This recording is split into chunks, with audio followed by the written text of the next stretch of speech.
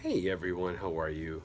This is Tony Ortega, and I wanted to start recording some, brief videos and just riff on different things that come to mind and, things that we need to really be talking about. And today I thought I would talk about vibrations.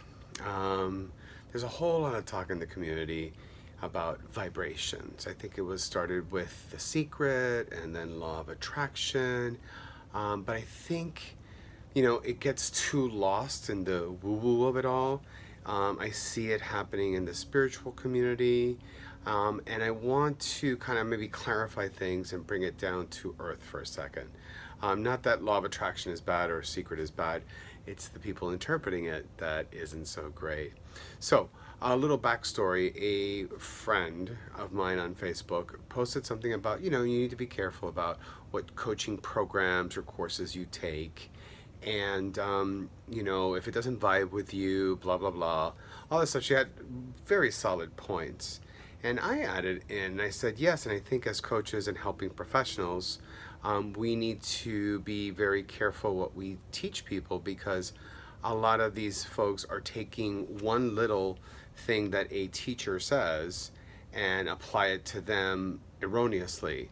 For example, some lady a couple of weeks ago told me, well, Gabby Bernstein only works 2 hours a week, and that's what I aspire to be. And I was like, well, honey, she's been busting her ass for 15 years. She can do 2 hours a day now. So, and I added something about, I'm scared about how the spiritual community is now kind of evolving in light of all of this vibrational stuff.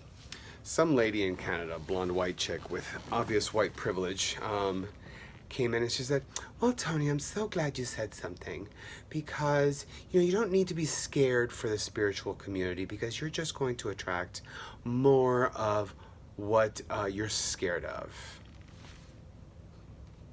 Because it wasn't my thread, I didn't say, hey, listen, back up, lady, because you don't know who the hell I am.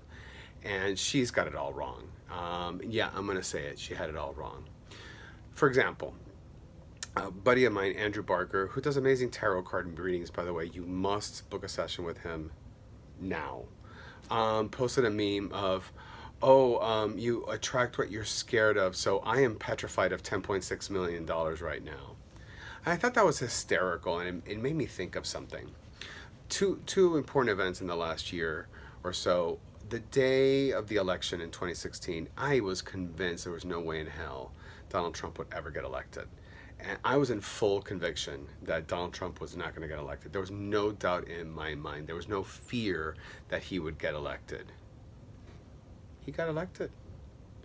So that whole mentality of, attract what you fear didn't really work. Now, I'm sure this Leia person in Canada would say, deep down inside, you had some fears. No. Here's the other thing. I wrote my book, hashtag Is He Here Yet? Being the Person You Want to Be With, available on Amazon and Barnes & Noble's shameless plug. And, in the midst of writing it, I believed very strongly in the message. And I was manifesting, like, Professor X. New York Times bestseller. And here's the harsh reality. It's a fantastic book. It's a book I'm very proud of. It's a book that a lot of people have gotten a lot of benefit from. But the sad reality is, it never became a New York Times bestseller. Sure, was I fearful of the critics and stuff like that? Absolutely. But never anything about it not being a bestseller. I was convinced it was going to be a bestseller. But that didn't happen. So therein lies a lot of faulty thinking regarding vibrations. To me, my X-Men. Here's what I think about all that. I'll take my book, for example. I was in the mindset of, I wanted to write a book. I wanted to write a book that I wanted to read. I wanted to write a book that was raw and that was authentic. Now, did I have a lot of fears about writing that book? Absolutely. But I went ahead and did it anyway. So my vibration was, I had a goal in mind. I had a vision for what that goal was going to look like. And I did it despite my fear. And I manifested a book. But I didn't just like sit there and think, oh, let me manifest love and light. No, I busted my ass and wrote a 170 something page book. So here's what I want to tell you guys.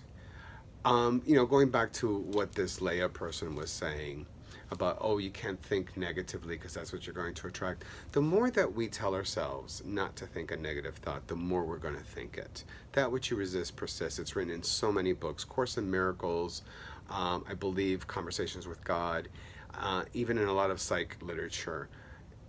I'll give you a little experiment. I want you to think real quickly. Or don't think of a pink elephant. Don't think of a pink elephant. No, really, don't think of a pink elephant. What the fuck are you thinking about right now? So we have to acknowledge that we're having negative thoughts, right? Create that insight that that's what's happening. Number 2, don't judge it. Let's stand back in a space of compassion and non-judgment. It's like, hey, we all have negative feelings. So let's not run with it. Let's not base our behaviors on it. Let's just acknowledge that it's there. For example, I have to acknowledge that I'm 5'8" tall. Although I think it's 7.5 now because I'm 15. I think I shrank half an inch. I don't particularly care for it. I'd like to be 6 feet tall, but I certainly acknowledge and accept that I'm 5'8". No judgment. And then the last piece is choosing differently. And I think that's how we will vibrate our goals. That's how we will manifest our goals. It's not by, don't think negative thoughts because you're just going to attract more of it. It's like, all right, I've got this negative thought, or I've got this fear, I've got this anxiety. I'm not judging it. I'm just going to leave it there, right? I'm just going to let it sit on the shelf.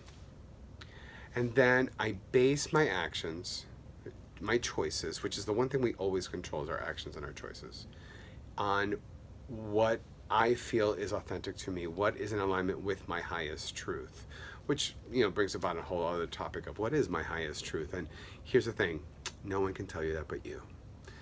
No one can tell me what my highest truth is but me. So I want you to think about that stuff, folks. Don't worry so much about, oh, I can't think this, because the more you tell yourself I can't think this, the more you're going to think it.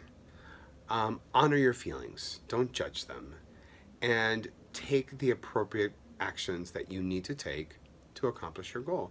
And that's how you will vibrate, to me, my X-Men, your desires.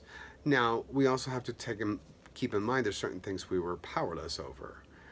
For instance, with the election, there's a lot of factors I had absolutely no control over. And my negative and positive thoughts did not have an impact on that. What had an impact was my vote, pure and simple. That's the only thing that had an impact. And the rest, non-attachment. Like the second noble truth of Buddhism, the cause of suffering is attachment. It's not a desire for things, it's how attached we are. But I think that's a subject for another video.